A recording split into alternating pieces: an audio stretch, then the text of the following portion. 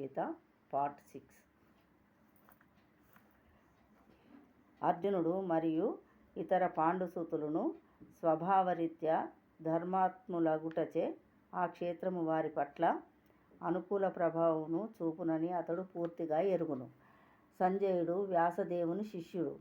వ్యాసుని కృపచే అతడు ధృతరాష్ట్రుని మందిరమున నిలిచియున్నప్పటికీ కురుక్షేత్ర రణరంగమును దర్శింపగలిగెను.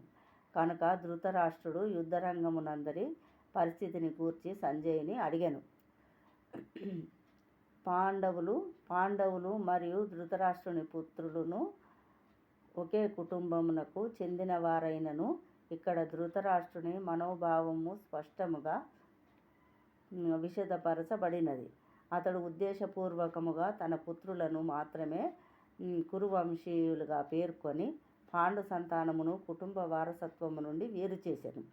ఈ విధముగా సోదరుని పుత్రులైన పాండవులతో ధృతరాష్ట్రునికి గల సంబంధ విషయమున అతని భిన్న వైఖరిని ఎవరైనను అవగతము చేసుకొనవచ్చును.